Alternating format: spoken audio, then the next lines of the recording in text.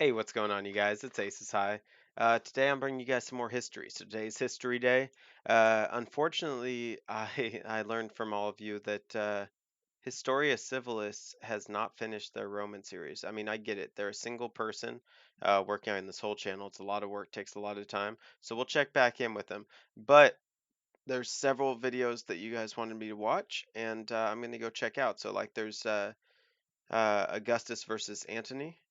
I'm going to check that out in the near future. But I'm going to start with this one. It's a two-part series. I'll watch it today and Friday. And it's the first one is Can Monarchs Commit Crimes, 1848 to 1849? And then Fridays will be the trial of, I think it was Charles the First.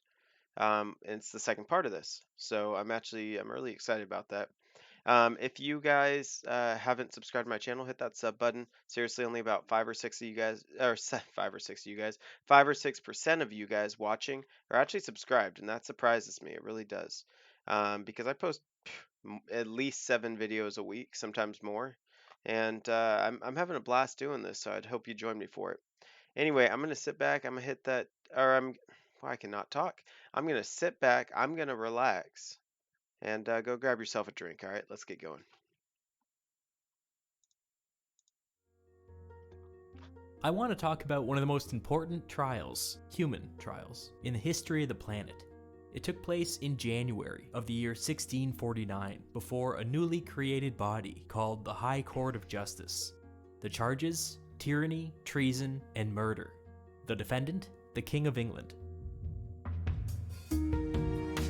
All right, so yeah, it is about the same guy. This trial helped to write the legal doctrine of popular sovereignty, which is the idea that political legitimacy emanates from the people.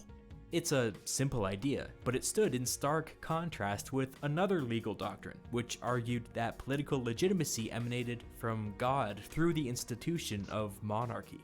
This was called Okay. divine right. Generally Okay. speaking, these two ideas stood in opposition to each other. Popular sovereignty was bottom up, divine right was top down. So, what do you guys think? I mean, do you think that there's a right way? Do you think that one way leads more or less, is more or less right nowadays? Let me know what you guys think in the comments. This theoretical disagreement over the source of political legitimacy resulted in several centuries of troubles, and one of these troubles was the thing called the English Civil War. The capstone to the English Civil War was that thing I want to talk about, the trial of Charles I, King of England, Scotland, and Ireland. Trial of the century doesn't begin to describe it. This would be the trial of the millennia. Okay. But in order to fully appreciate what was to come, some context is required. The English Civil War is notoriously complex. Some would say boring, but I would say complex. I promise to be brief.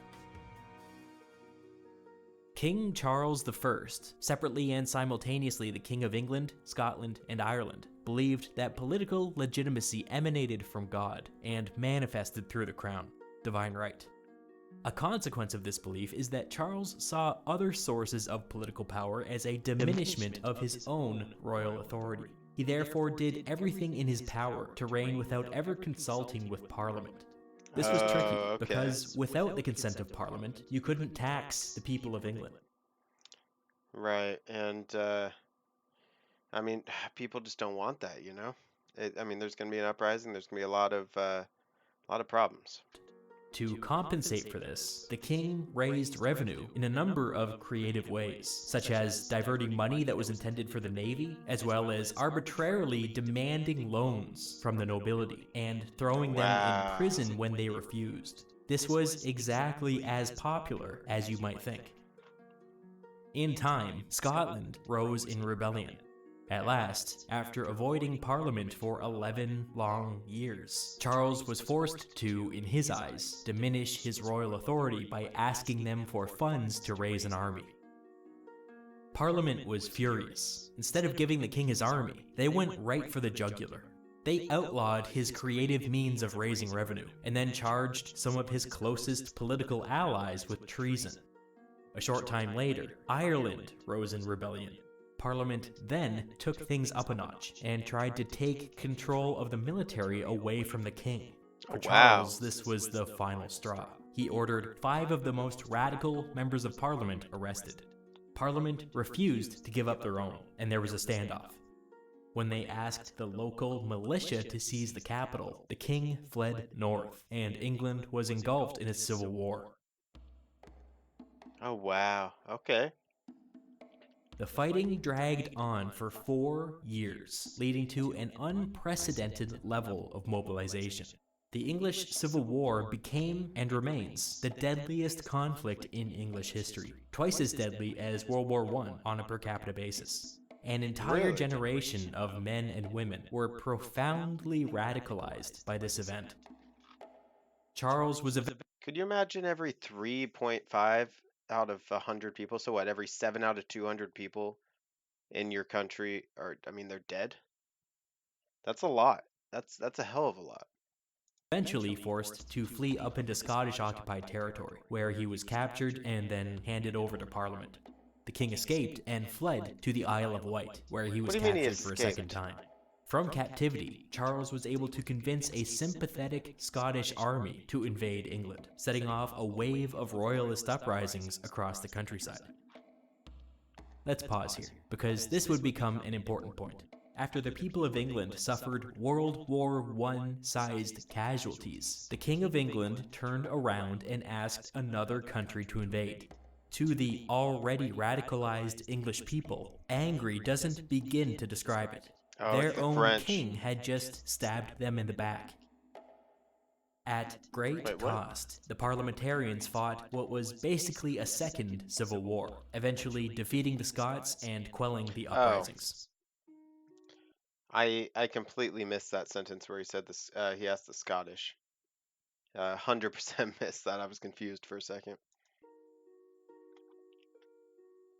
That brings us up to September of the year 1648. Parliament had just won 2 civil wars, and the king was imprisoned on the Isle of Wight. The problem was that nobody knew what to do next. Parliament was made up of 2 distinct bodies, the House of Commons and the House of Lords, and, unsurprisingly given the context of the Civil War, the House of Commons had been the ones driving the agenda. The Commons was split into 2 factions. The larger of the 2 was the moderate faction, who favored squeezing some religious reforms out of Charles, reducing his political power, and restoring him to the throne. The Independents, on the other hand, named after their desire for independence from the Church of England, wanted to go much further. They had a long list of demands, including a call for a brand new electoral system, where Oh, poor wow. people were actually given the right to vote, a radical huge. idea for the time. You might notice Yeah, that there was very no different. royalist or conservative faction. The Civil War had seen to that. So the Commons were split between the moderates and the independents, with the moderates running the show. But the really interesting dynamic is that the English army was also split. The officers generally favored the moderates, while the rank and file, radicalized by the Civil War, mostly favored the independents. This made for a complicated political situation. But of course, there were heterodox views within each of these groups, especially within army leadership. Lord Fairfax was the commander-in-chief of the army, firmly in the moderate camp, favoring a negotiated settlement with the king. Oliver Cromwell was Fairfax's second-in-command, and kinda had a foot in each faction. He sided with the independents when it came to their radical religious reforms. He was quite religious himself. But he also sided with the moderates when it came to forcing political reforms upon the king and restoring him to the throne. Or at least that's what he had believed. The experience with the Scottish invasion had changed Cromwell, and he was no longer certain that the English people could trust their own sovereign. Henry Ireton was another high-ranking general, and Cromwell's son-in-law. Ireton favored radical political reforms, which made him an independent. He was a firebrand, and he wasn't shy about speaking out against the monarchy and the nobility. One contemporary described him as having, quote, the principles and temper of a Cassius. Cassius? We actually know what that means. But nothing's that simple. Despite being broadly aligned on policy, the independents in the Commons kept on denouncing Ireton for various philosophical disagreements. For example, the most radical of the radicals argued that private property was an invention of the crown, and so if the crown went away, private property should return to the hands of the people. Ireton disagreed with this, which led to him perpetually being cancelled by his closest political allies. But for the time being, Okay. this fighting among the independents didn't really matter, because the House of Commons was controlled by the moderates. They decided to send representatives from each faction to the Isle of Wight to negotiate with the king.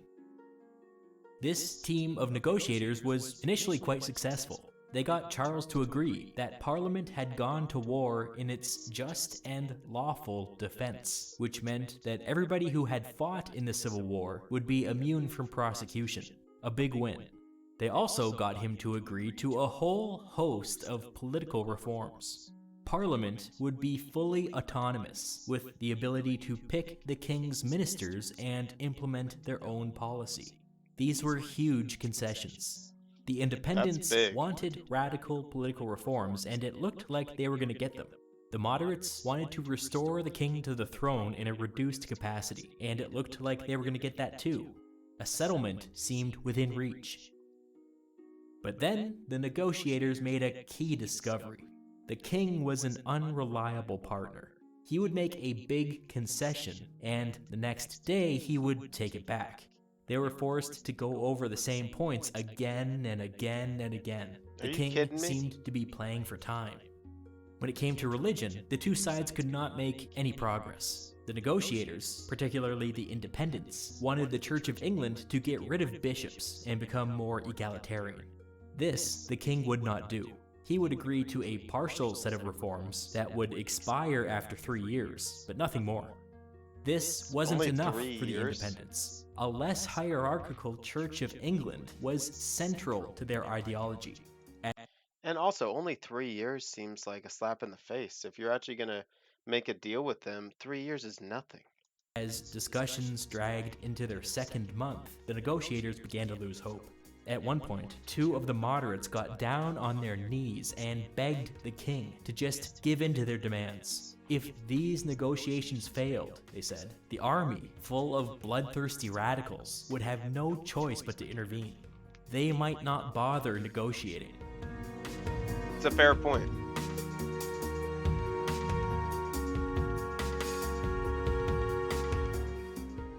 While this was going on, Ireton was urging the higher-ups within the army to break off negotiations and arrest the king. Ireton and others worried that the rich people in the House of Commons were going to sell out the poor people in the army by restoring the king to power. Ireton found some support among the officers, but Fairfax, an aristocrat himself, remained steadfastly moderate. In frustration, Ireton began going around and gathering public support for a long list of radical demands, which included putting the king on trial, abolishing the monarchy, and replacing the House of Commons with something else that better represented England's poor. Okay. He was quite successful. Public opinion began to shift, and the idea of putting the king on trial became quite popular, especially within the army. Fairfax and his moderate allies started to become nervous. After several days of debate, they decided to speed things along by presenting their own list of demands to the king. What they wanted was basically a military dictatorship, with the king's 8-year-old son on the throne as a puppet. Charles did the right thing and flatly turned them down. This was a big deal. Fairfax had just stabbed the negotiators in the back. When news broke, the House of Commons and the army were immediately at each other's throats. Events were moving quickly now. If the House of Commons came after the army, things might devolve into a third civil war. Caught between a rock and a hard place, Fairfax did the politically savvy thing and publicly threw his support behind the radical independents in the House of Commons. The moderates were now caught between the independent minority and the army. They agreed to vote on some of the more radical independent demands, like putting the king on trial, but then they delayed and delayed and delayed again. It quickly became clear that the moderates were playing for time. The negotiators on the Isle of Wight were days from an agreement. On December 1st, Fairfax made his move. A bunch of soldiers showed up on the Isle of Wight with orders to bring the king to the mainland. The negotiators protested, but they had no means to resist. Fairfax had seized the king. On the next day, the army marched on London. When the House of Commons learned what was happening, the most moderate of the moderates packed up and fled the city. Fairfax had a tiger by the tail here. He was personally a moderate, but his army was out for blood. He believed that if he moved quickly and forced a harsh settlement upon the king, he might be able to save the monarchy. Maybe. If not, the nobility might be next. Revolution was in the air. Okay, I can see that. Within days, Fairfax had occupied the capital.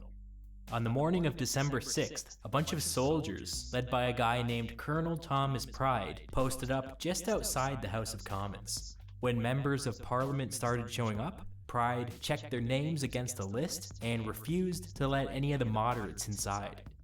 Things got out of hand pretty quickly. Some of the members tried to force their way into the building, at which point they were arrested by Pride's men and taken away.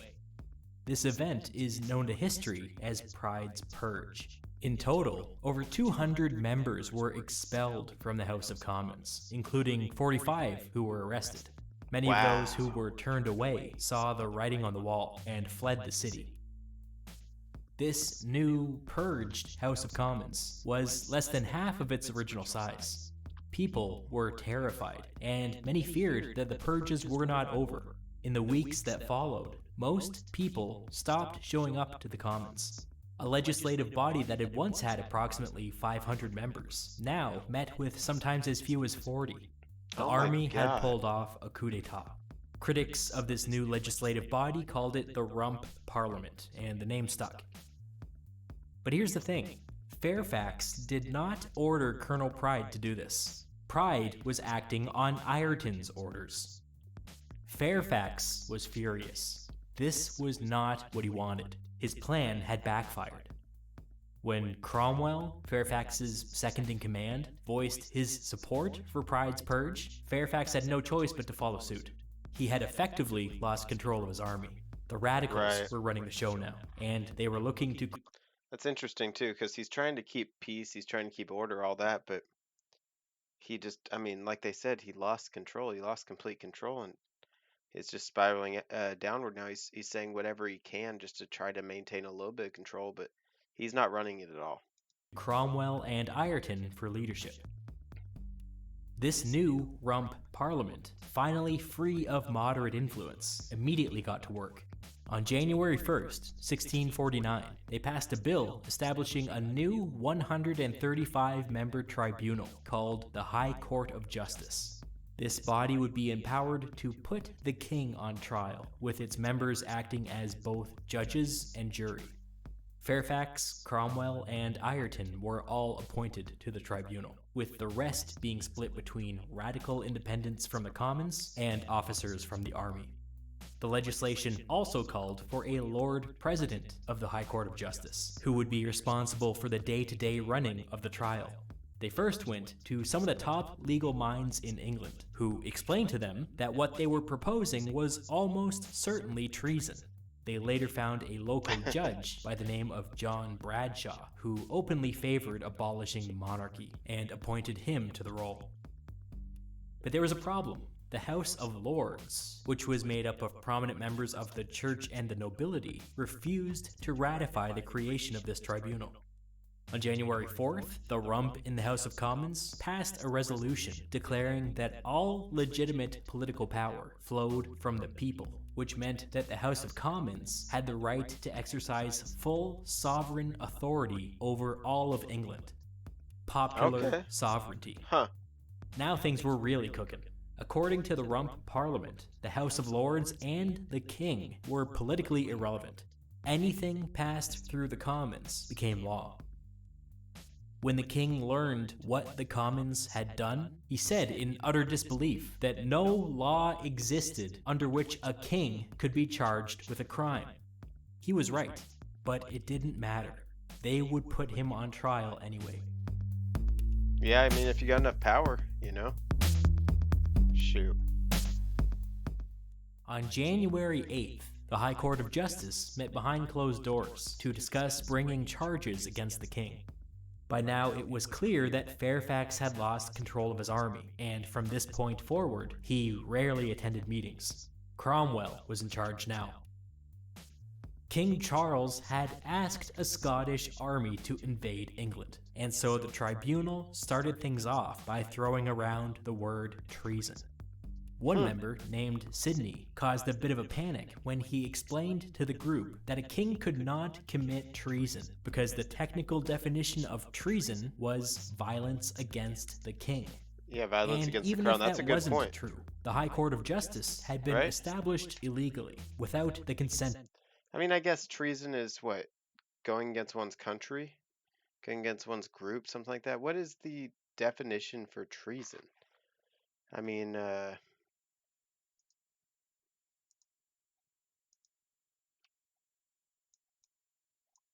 let's see.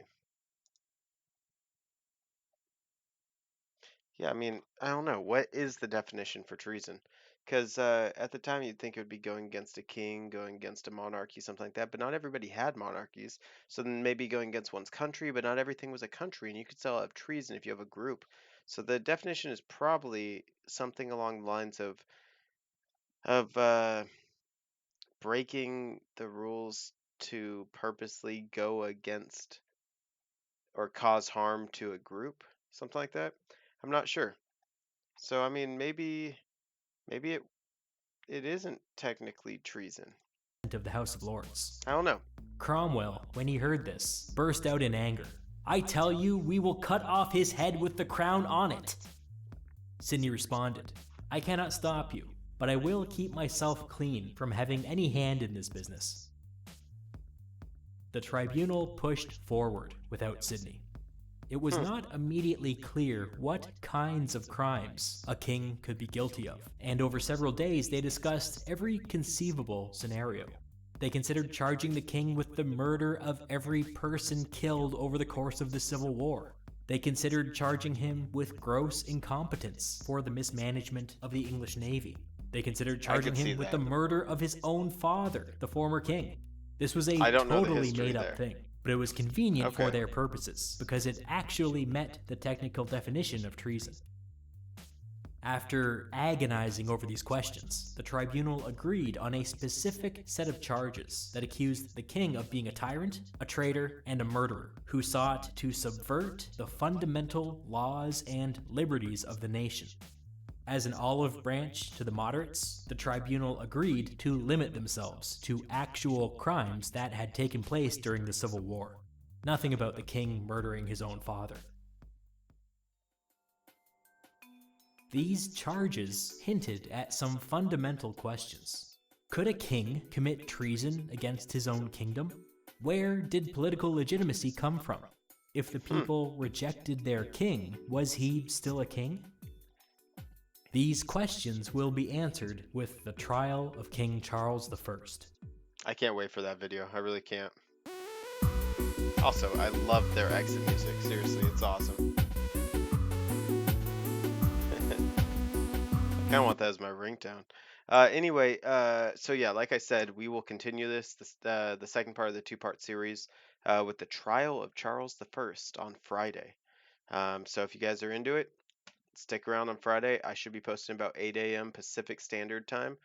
So that's 8 hours before, and correct me again if I'm saying it wrong. Beforehand, I said Greenwich Mean Time, but I believe it's Greenwich, something like that, Greenwich Mean Time.